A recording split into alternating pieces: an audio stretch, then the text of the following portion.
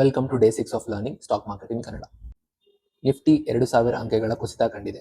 ಸೆನ್ಸೆಕ್ಸ್ 500 ಅಂಕಗಳ ಏರಿಕೆ ಕಂಡಿದೆ ಅಂತ ನ್ಯೂಸ್ ಕೇಳಿದ್ದೀರಾ? ಹಾಗಾದ್ರೆ ಏನಿದು ನಿಫ್ಟಿ ಮತ್ತೆ ಸೆನ್ಸೆಕ್ಸ್ ಅಂತ ತಿಳ್ಕೊಳ್ಳೋಣ ಈ ವಿಡಿಯೋದಲ್ಲಿ. ನಿಫ್ಟಿ ಮತ್ತೆ ಸೆನ್ಸೆಕ್ಸ್ ಅನ್ನೋದು ಒಂದು ಇಂಡೆಕ್ಸ್. ಇಂಡೆಕ್ಸ್ ಅಂದ್ರೆ ಏನು? ಇಂಡೆಕ್ಸ್ ಒಂದು ಗ್ರೂಪ್ ಆಫ್ ಸ್ಟಾಕ್ಸ್ ನ ರೆಪ್ರೆಸೆಂಟ್ ಮಾಡುತ್ತೆ, ಹಾಗೆ ಒಂದು specific portion of the stock market ನ ಅದು ರೆಪ್ರೆಸೆಂಟ್ ಮಾಡುತ್ತೆ. ಸೊ ಇಂಡೆಕ್ಸ್ ಅಲ್ಲಿ ಡಿಫರೆಂಟ್ ಟೈಪ್ಸ್ ಇದೆ. Broad market indices, sectoral indices, market cap based indices, thematic strategy indices, customised or other indices. So ಇದನ್ನ ನಾವು ಒಂದು ಎಕ್ಸಾಂಪಲ್ ಮೂಲಕ ಅರ್ಥ ಮಾಡ್ಕೊಳ್ಳೋಣ. ಸೊ ನಿಫ್ಟಿ 50 ಅನ್ನೋದು ನ್ಯಾಷನಲ್ ಸ್ಟಾಕ್ ಎಕ್ಸ್ಚೇಂಜ್ ಅಲ್ಲಿ ಲಿಸ್ಟ್ ಆಗಿರುವಂತಹ ಟಾಪ್ 50 ಕಂಪನಿಗಳನ್ನ ರೆಪ್ರೆಸೆಂಟ್ ಮಾಡುತ್ತೆ. ಸೆನ್ಸೆಕ್ಸ್ ಅನ್ನೋದು ಬಾಂಬೆ ಸ್ಟಾಕ್ ಎಕ್ಸ್ಚೇಂಜ್ ಅಲ್ಲಿ ಲಿಸ್ಟ್ ಆಗಿರುವಂತಹ ಟಾಪ್ 30 ಕಂಪನಿಗಳನ್ನ ರೆಪ್ರೆಸೆಂಟ್ ಮಾಡುತ್ತೆ.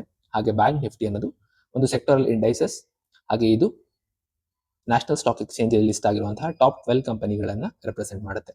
ಸೊ ಈ ಒಂದು ಚಾರ್ಟ್ ನಲ್ಲಿ ನೀವು ನೋಡ್ಬೋದು, ಈ 25,141 ಅಂತ ಏನ್ ನೋಡ್ತಾ ಇದ್ದೀರಾ ನೀವು, ಅದು ನಿಫ್ಟಿ ಇಂಡೆಕ್ಸ್ ನ ಪ್ರೈಸ್ ಅಲ್ಲ, ಅದು ಪಾಯಿಂಟ್ಸ್. ಸೊ ಈ ಟಾಪ್ 50 ಕಂಪನಿಗಳ ಪರ್ಫಾರ್ಮೆನ್ಸ್ ಬೇಸ್ ಮೇಲೆ ಈ ಒಂದು ಪಾಯಿಂಟ್ ಸಿಕ್ಕಿದೆ. ಸೊ ಅದರಲ್ಲಿ ಯಾವುದೇ ಕಂಪನಿಗಳ ಪರ್ಫಾರ್ಮೆನ್ಸ್ ಕಡಿಮೆ ಆದಾಗ ಇಲ್ಲಿ ನಿಫ್ಟಿ ಪಾಯಿಂಟ್ಸ್ ಕೂಡ ಕಡಿಮೆ ಆಗುತ್ತೆ. ಹಾಗೆ ನಾವು ನಿಫ್ಟಿಯನ್ನ ಡೈರೆಕ್ಟ್ ಆಗಿ ಬೈ ಮಾಡಕ್ ಆಗೋದಿಲ್ಲ, ಕೇವಲ ಅದರ derivatives like futures and options ನ ಟ್ರೇಡ್ ಮಾಡ್ಬೋದು. ಸೊ ನಿಫ್ಟಿ 50 ಅನ್ನೋದು ಯಾವುದೇ ಒಂದು ಕರೆನ್ಸಿ ಅಲ್ಲ, ಅಥವಾ ಯಾವುದೇ ಕಂಪನಿಯ ಪ್ರೈಸ್ ಕೂಡ ಅಲ್ಲ. ಸೊ ಒಂದು weighted average of top 50 companies. So ಆ 50 ಕಂಪನೀಸ್ನ ಸೆಲೆಕ್ಟ್ ಮಾಡೋದು ಲಿಕ್ವಿಡಿಟಿ, ವಾಲ್ಯೂಮ್, ಮಾರ್ಕೆಟ್ ಕ್ಯಾಪಿಟಲೈಸೇಷನ್ ಹಾಗೂ ಇನ್ನಿತರ ಫ್ಯಾಕ್ಟರ್ಸ್ನ ಬೇಸಿಸ್ ಮೇಲೆ. ಸೊ ನಿಫ್ಟಿ 25,000 ಪಾಯಿಂಟ್ಸ್ನ ಹಿಟ್ ಆಗಿದೆ ಅಂದ್ರೆ ಏನರ್ಥ?